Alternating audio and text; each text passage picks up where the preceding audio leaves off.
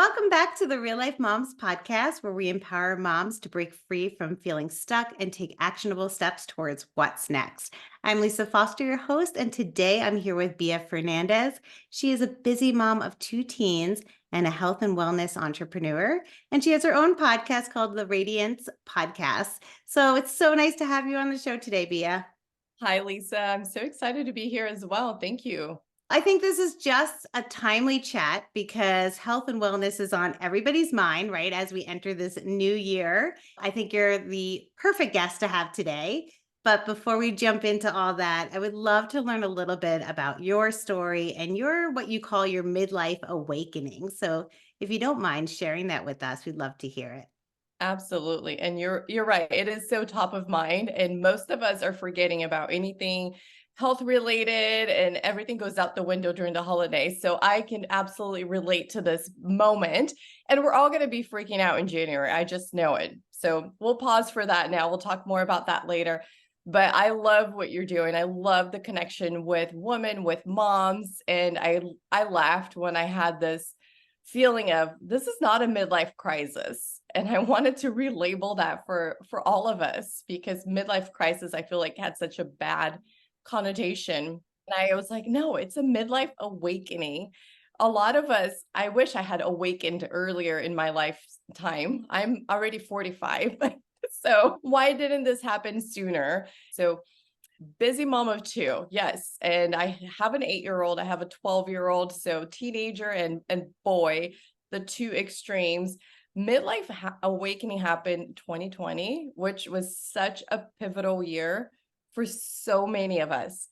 Every mom, every woman who I speak with, there is that positive tweak into that 2020. So I like to highlight the positive of that because it was dark, it was gray. In 2020, it was challenging. I was not in the same headspace. I was just in the trenches of it, of motherhood. I think our house flooded in 2020. My dad had passed away. I got furloughed from my jobs. I was definitely in the trenches and I did not see much of the positive and I needed to snap out of it. And I think that's what really triggered me. How do I snap out of this? I just felt in this like dark like place and I was eating with my emotions. I'm focusing on health and wellness. So that's where I look back and what was I eating? I was absolutely eating leftover from my kids' plates. I wasn't nurturing my body. I wasn't eating the right foods that were going to give me energy. I was doing completely the opposite, winding down every night with a glass of wine. So that is common. That is very normal in our society. Everybody has a glass of wine to wind down and there's no excuses. It was just common and normal. And having chocolate for me was my comfort, my blanket, wanting to give myself a reward for working so hard, for having to deal with so many things, with schedules, with kids, with work. We reward ourselves, and our society has been so focused on emotional eating and being able to provide that. Oh, I deserve that cookie today. Yes, yes, yes, yes. You must know me. I am this person. I don't know what it is. I'm like, oh, I did something good. I'm like out to go to Starbucks to get a little treat or forget about it. My fridge, I'm all about the leftovers. I am the leftover queen. Like I eat and I don't even like it, but I need to eat and finish these leftovers. So I'm eating all sorts of stuff that I should not be eating. So yes, I totally get it. And we need help. Yes, that was me. I promise you now I can look at the fridge and not even though there are still sweets, my kids are 8 and 12, I still can look at the fridge and just realize even if there's nothing else I could eat, I could just close it and walk away. So the mindset was not there yet 3 years ago and I realized I had to do something and it's almost like a cold plunge. You have to really shock your system. And there's so many books written about in order to truly see a change, you have to shock your system. But I am not a radical person. I don't love cold plunges, but I am open to new things. And I realized I had to change my nutrition. And that's when I realized that I have never been a person to truly diet. I don't like to follow programs. I don't like to be told what to eat. But Mhm. I realized I wasn't doing me any service of just you're right, like looking at the fridge and eating whatever was left over from the kids. And I had a lot of brain fog. I was tired. I do have hypothyroid, so that my body would naturally shut down and I would have to take an awesome, like I would just hibernate like a bear for 20 minutes daily. But it wasn't conducive to being a professional, to working, to being a mom. And I realized this is not me. I can be so much better. Like I can truly have an impact, and I wasn't having an impact that I wanted to. Okay, gut health. We're talking about gut health, and this is a hot topic. I feel like everyone's talking about gut health, and gut health. I feel like I think Hippocrates back when said disease starts in the gut. Right? I mean, so true. It's our second brain. It's so important, and it's the thing I think we listen to the least. Like gut reactions, we just kind of poo poo them. So going into this new year, what should we be prioritizing and what habits should we be taking into the new year? I love that question. And one key thing is you're right, gut health. So our gut, there's books that says the second or the third most important organ in our body. And it's truly connected to so many things. It's how we feel, it's our emotions, it's our motivation, it's our skin, it's our energy. Everything starts in our gut. And of Mhm. course, you have all heard take your probiotics, but do we all do it on a daily basis now? So there's a couple things. It's gut health and consistency. Mm. So doing something consistent and daily, and also thinking about what you're putting in your body and what you're getting out of your body as well. So when I did my gut health reset, so that's what I coach women is doing a gut health reset because I was already 43 at the time. I never done a gut health reset. I didn't know what microbiome was. I didn't know what mucus plug was. I didn't know that there had been all these toxins from all this junk that I had been eating throughout my life that stayed stuck in your gut. So Mm.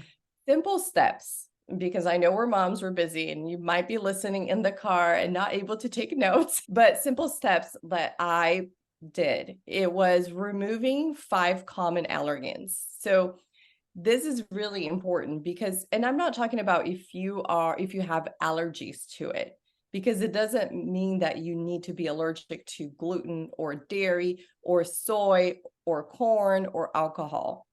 It's just, even if you're not sensitive to it, by eliminating these common allergens for 30 days, generally speaking, is when you can tell which one affects you the most. But it Mm. also allows your body to take a break from these foods. Now, the difference is our food in America has changed so much over the last few decades. It's not that if you go to Italy and you have an amazing bread and pasta, it's different than eating that pasta and bread in the US, right? Because our foods are, there's tons of pesticides, there's hormones, it's literally injected. So I seen our culture changing more to organics, all grass fed, free range eggs because of this focus on better food for you. But there's still, most of us are not able to shop in grocery store for all these organics and healthier foods, but there are so many impacts of that in your health. And that's when it starts to impact your gut health because we are consuming, just gluten tends to be, unfortunately, the evil if you're consuming gluten here in the US. Gluten is one of the number one inflammatory in our bodies, and it can cause, I mean, I'm not a doctor, but I know there's so many links to, Alzheimer's and other diseases and inflammation in general. We'll just put it that way. Mhm. Inflammation can be caused or induced or heightened, could be another word, by gluten. So eliminating gluten, even if you give your body a break for 30 days, it's almost like a car oil change. But eliminating, for an example, gluten will give your body a way to reset. It's like eliminating this toxin that has been in your body on a daily basis. The other common allergens, as you can probably guess, I mentioned is also soy. Dairy is a big one for inflammation. I eliminated cow milk from my kids' diet. So Mhm. at an early age, I switched them to almond milk because there's so much inflammation. If I have any dairy, sometimes people hate switching their cheese, but I could feel the inflammation in my sinuses. I get so puffy, I get just a lot more brain fog, I get more tired, and I don't know what it was. And then I go back, oh, did I eat cheese? Did I, most of the times we're not drinking a glass of milk anymore. We're too Mhm. old for that. But in our Starbucks, there's milk. So it's making sometimes that simple change. And I hate the word elimination because that triggers that Mhm. fear, like I am not gonna cut this out, right? So when I do and help other women change habits, it's providing alternative. So what's a good alternative for gluten? Do you need to cut out gluten 100%? If you're wanting to see results and changing your microbiome, I think you'll see great results by cutting out, but can you still have those carbohydrates? Can you still find alternatives for maybe if you love bread, sourdough would be a great option. If Mhm. it's homemade sourdough, even better. So finding alternatives because we want to eat, we don't want to feel that we can't go out to dinner anymore, we can't enjoy a roll, we cannot enjoy a Starbucks latte anymore, but choosing almond milk, choosing oat milk, coconut milk, all these other options that you can cut out your dairy. Yeah, and So those are small changes. I mean, that's easy to order. I love almond milk too. And my son actually, when he was younger, so he does not have an allergy to milk. However, he did not walk right away. He was a late walker, he was like 16 months and still not walking. He had blue under his eyes. Now, I'm a pediatric physical therapist. Like I do this for a living. I'm like, why is my kid not walking? And it turned out his ears were always clogged. So we had to go get tubes. And before I did that, I had read something that if they have an allergy to dairy, that the procedure isn't going to work because they'll just keep getting reclogged. So I took him off for 2 weeks. He started walking next day wow. and blueness of his eyes gone. So we kept him off of milk and switched him to things like almond milk. We had goat milk at one point too, probably. And it was just so amazing. So eventually we got him tested and now he does have dairy, but limited dairy. He has it more in yogurt and cheese than milk. But yeah, so interesting how big of a change to even just like a gross motor skill was behind because a sensitivity to a food. That is, I mean, that's eye-opening. I agree with you. And it's about 70 to 80% of your immune system is in your gut. So that's why we say it's either the second or third most important organ in our bodies. So really truly focusing on what we're doing for our gut, and most of us can even be more vain and more of a sense of aesthetic, right? We feel bloated as moms, right? We do feel just puffy. We want our skin to glow. So all a little bit more on the aesthetic side of things, eliminating some of these foods can help you get rid of bloating.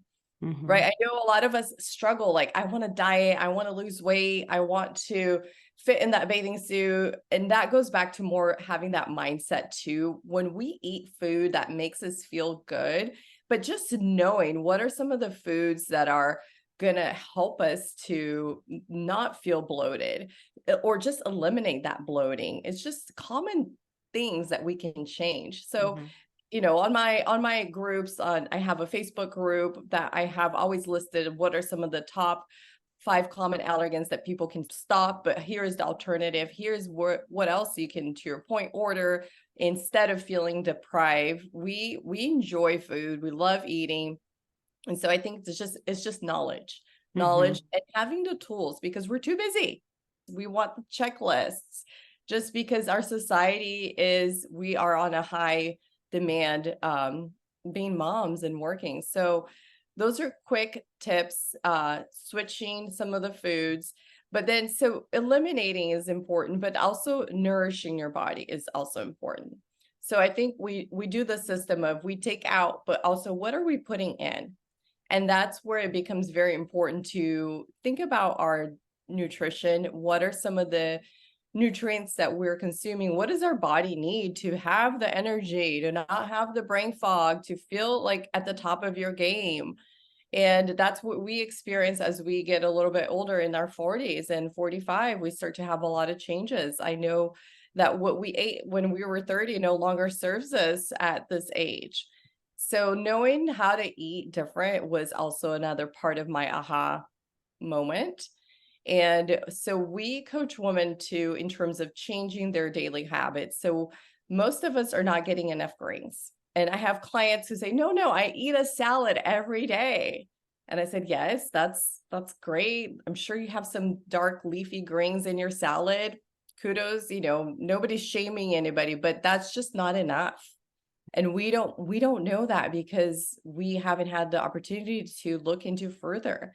So I generally do a green shot every morning. I've been doing it for 3 years.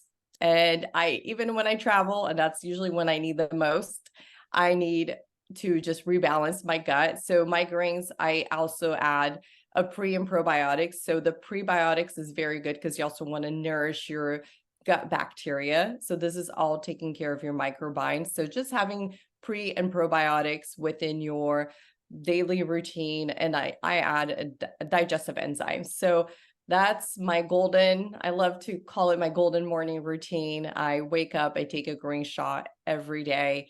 It sets the tone. And honestly, if that's all you did for that whole day, you got all your fruits and vegetables, you have your pre and probiotic, your gut is good. And you can, I mean, I'm not suggesting we do this, but we could screw the whole rest of the day, but at least you did something so good that morning that can literally set your day and your routine. Yeah, and you're starting off well. Now, Yeah. for people who are listening are like, "Where is the screenshot? I want the screenshot."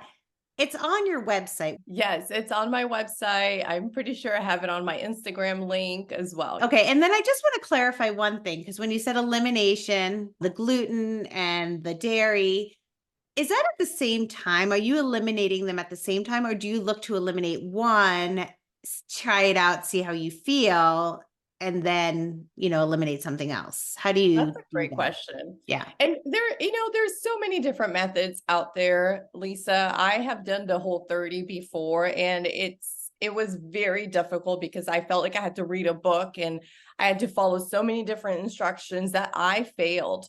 And that's what it's hard sometimes with us when we try to do something that can be so complex. Mhm. So within my group coaching, what we do is we eliminate the 5 common allergens. There's just been a lot of research and studies about the 5 common allergens. And what we do is just cut out some of so it's soy, corn, gluten, dairy, and we don't eliminate 100% of sugar. However, we do is some of the fruits that can be really high in sugar. So we recommend what fruits are good for you because fruits are still great, right? So and sugar is still okay. Our brain actually needs a little bit of sugar, right? To be able to process and stay alert. So it's almost just a low glycemic. So we do cut out these foods within this 30-day process altogether. And what happens is that compounding effect.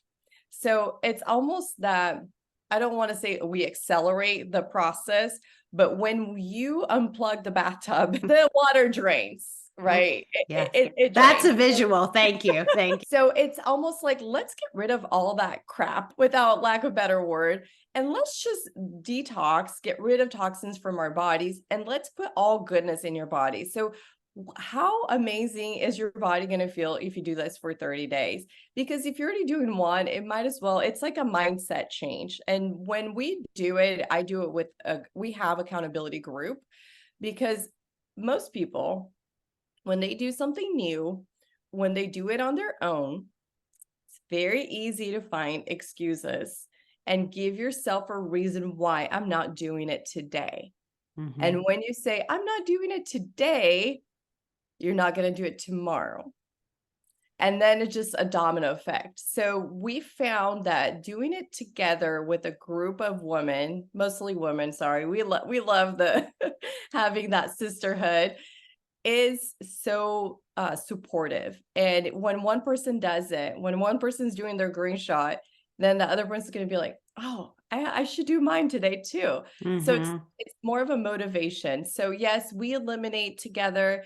We provide alternatives so that you're not feeling like you're missing out. And most people start to notice a change within their first, I would say within their first 10 days. Yeah. Yes, that together thing is huge. Now, you're talking also about mindset a lot. I hear the word mindset, mindset. So, what is this mindset that we can kind of wrap our heads around that we can really take and help us get into new habits in this new year? I love that question. And if you had asked me 3 years ago, I would have nothing to tell you about that because I would just tell you I am so tired. I have no time for that. However, I feel like when we take care of our bodies and we nourishing and we have all these side effects, right? Our brain starts to functioning better. We just feel more on top of things and things just get more clear. So the whole brain fog is real. And when you can really diminish that brain fog, feeling like you can take on today, then that's I think that transition of being able to develop and culture that mindset. And I love to connect the analogy with the mindset and exercise. Mm. It's the same thing. You can't just do mindset one day for the week and expect results. You can't just do 20 squats on Monday and expect to have a firm butt by the end of the week. It's a continuous, consistent practice. And mindset can be so many different things for so many people. I am not a guru on establishing mindsets, but I have seen what I have done for me and my groups. It's just being able to do small things that allow us to get into it every day a little more. So what I started with is just meditating. I I know people either struggle with meditating, they can never close their eyes and be in a quiet moment for more than 10 minutes and or they just fall asleep. So I've been through all that and I have done guided meditation and I have done quiet meditation. I think you have to practice, try both. And even if you just start with 5 minutes of quiet time. And some people love to pray, some people love to just be quiet or listen to a guided meditation. Either works. It's just having that quiet time. But what you'll start to notice is that shift in mindset. When things are more clear, you feel more on top of your game and practicing the meditation, practicing journaling, gratitude. I have not been journaling the last maybe 3 months, and I Mhm. noticed that I have not been feeling gratitude. And literally this last few days, I picked up my gratitude journal again. And not did I read the last few months and I felt so happy. And I realized I need to get back onto the gratitude journaling. It Mhm. really made a difference. And for the small things, the more you think about being grateful for the little things in your life, the more of those experiences you're going to have. And so Mhm. I have been a firm believer of promoting that more of that, call it a positive mindset or a positive attitude. We're not positive 100% of the time. Nobody can be positive 100% of the time. I am not. I go through the roller coaster of mom emotions every day, but it's almost being able to reset. It's being Mhm. able to take, how can I take 5 minutes to reset right now? Yeah, and I'm going to say you can't do meditation wrong. You really can't. Even if your mind is racing. I mean, we're alive. Of course it's racing. God, like I don't want it to shut off, right? Like it's important for our minds to work, but you can't do it wrong. And I look at meditation as the time to listen to me. For me, I'm very in tune to myself, but I don't give myself the time to do that. So I like to sit and just scan my body a little bit and just see what feels like it needs something, and listen. Like half the time we're moms, we're working, we're doing all this stuff. No one's listening to us, right? So why can't we listen to us? And that's during my meditation time. So I enjoy that. And that does really ground me for the day. It's very important. And then I want to add to your gratitude because what I realized about gratitude, it's also, and I love the little things because we don't see what we have. We're so always chasing what we want, what we need, what we should, what we have to. But when sometimes you just look what's in front of you and what you have, you're like, oh my God, I already have everything I need. And I didn't even know because I never took the chance to stop. I love that so much. It's so true. So I feel like when we are around other people, other women who are, that's another thing, just having that community, because you want people to push you in that direction. You need somebody to lead you, and share what's possible with, the health and wellness change, with the mindset change and fitness. We haven't talked much about fitness, but I am not a huge workout person, but I work out every day, Mhm. almost every day.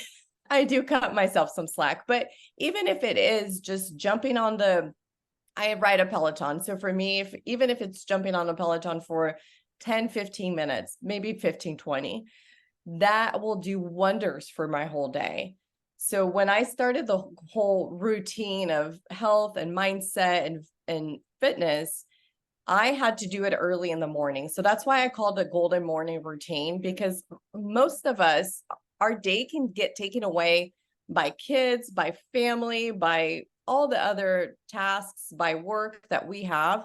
So I realized that I had to wake up before my kids, and they were a little younger back then. And I wanted that time for myself. And I realized how much happier by having an hour to myself every day.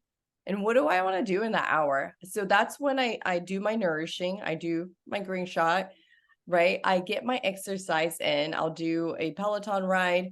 Now, I will be honest, I won't always do the meditation and the exercise, because then I start to creep into breakfast time. But sometimes it's one or the other. Sometimes I'll exercise, and sometimes I'll go outside and be with nature, and there's amazing sunrises. Luckily, we get to see sunrise by our house, and I just love the beautiful sunrises we're having lately, and just be there for 10 minutes. So it's that golden morning routine that, to your point, it sets the tone for the day, and you feel at least you took care of yourself. But if you have a routine that you can do for yourself, and focusing on your health, your mind, and fitness for maybe it's 45 minutes, maybe it's 20, whatever you can get, I think you're going to start to feel amazing, and just things are going to start to change. It's that domino compounding effect. Mhm. And I love that you're pointing out like these 20 minutes, 15 minutes, because I think that's where we lose it. It's like all of a sudden, you think you need the hour or the 45 minutes. And I'll look at the clock and I'm like, oh my God, I have 15 minutes or 20 minutes. And I'm like, I'm going to go down to my treadmill and I'm just going to walk for 15 minutes because I can do that. And it does. It keeps up the habit of just showing up, even if it's 5 minutes, like showed up, I'm moving, my joints are getting lubricated. It is important at my age because I'm 50. Okay. So like I'm actually over 50. So yes, it Yeah. is Oh my gosh. important at my age to be moving. And I love that. Yes, it could be 20 minutes. We don't have to have an hour if we're consistent, going back to your consistent and showing up. So yeah, just keep being consistent and do what you can during that time. Absolutely, absolutely. I think it's, as busy moms, we just want small bite size, and just creating that consistency for that 15, 20 minutes. And it's incredible how much can truly change over time. And as we look now, just even thinking, most of us right now are sitting in the holiday mode, and we're thinking, let's just get through this. Don't give me anything else to add to my plate. But you will be a happier person. You will be more productive if you do take that 15 minutes for yourself. Lisa and I promise you will We be. promise. Yes, totally. So tell us, Bia, where can the listeners find you? Oh, awesome. I feel like Instagram has been my easy way to find me, at Radiance Bia.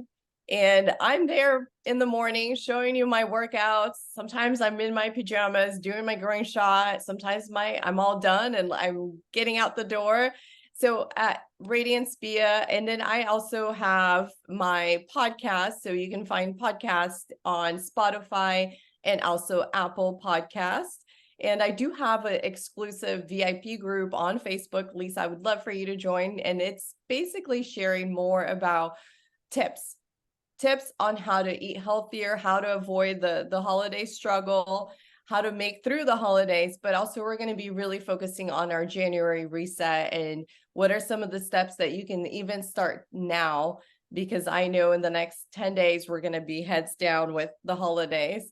But Mhm. there's little things that you can just commit yourself for January. Yes, January, we're all going to be, right? It's normal. We're all signing up for goals. And I wanted to say, don't write 10 goals for January, just write two. And there is a saying in terms of, instead of the word goals, because I know a lot of us will look back in 23 and just say, oh gosh, I barely completed any of my goals. And that feels kind of deflating. Nobody wants to feel that way. So it's almost just like targets. What are some of, Mm. and maybe it's a journey, right? By January, I want to, I don't know. For me, it's going to be, I want to exercise my legs a little bit more. I want to be able to do 50 squats a day, small tasks that you can feel like you can accomplish and check that box. Maybe for other people would be like, I want to do a green shot every day. Small tasks that can have that compounding effect, right? That over time, yes, you want to lose 10 pounds. So with these small tasks, you can lose 10 pounds, whatever, let's just say in 2 months, right? Whatever that timeline is. So I think it's just completing small tasks for us and focusing in January, just really focusing on that. Those consistent healthy habits can make a significant impact. I love that two target thing because yes, exactly. My whole goal or target for the new year is to simplify and not have so many things. So I love the two. I'm going to stick with that. So, what would you like the listeners to do? So, I'd love you to tell them an actionable step that they can take today so they can start off this new year on the right foot. Oh my gosh, let's move our bodies. Honestly, like one thing that you could do today is, to your point, get on a treadmill, go outside if it's good weather, go for a walk with the family, jump on a bike, or do a workout online or go to your favorite studio. I think when you start to move your body, I feel like you start to really just all the endorphins, right? We didn't talk much about that, but when you feel good, you can do so many things. And then think about one healthy habit that you want to change. And for some people, it could be like drop the Diet Coke, or maybe don't have a Starbucks every day, and then maybe add your gray shot. That's it. Man, I do not have Starbucks every day. I want it, but I don't have Okay, it. a little footnote on that. So I gave up coffee 3 years ago because of all the acidity in coffee. And I have changed my whole gut because of also giving up coffee. And we didn't talk much about coffee, but I do love a chai tea latte. Oh, And yes. Starbucks makes the best that's gluten-free and dairy-free. However, I was looking on the app and I noticed how much sugar a chai tea latte has. Do you want to guess? No, I don't. I don't even think I want to know. How much is it? 44 grams of sugar. And Oh, I think it was a grande, whatever, is ah, that 16 ounces? oh my goodness. They are Awful. very good. Yes. Yes, that is awful. So I literally I'm done. I'm done with Starbucks. You no longer get my money, and I no longer want your sugar. Okay. Well, things to think about. Little small changes, little by little, right? Yes, yes. Oh, well, thank you, Bia, so much for coming on the show. This has been so much fun, and you had so much great information to share. I really appreciate that. Oh, I appreciate you, Lisa. It was amazing getting to know you. And I'm so grateful for women like you creating this space for other women and for us to link arms and just create this community of knowledge and power and just feeling amazing every day. So thank you and happy holidays and happy new year. And I hope to see some of your faces in my VIP group.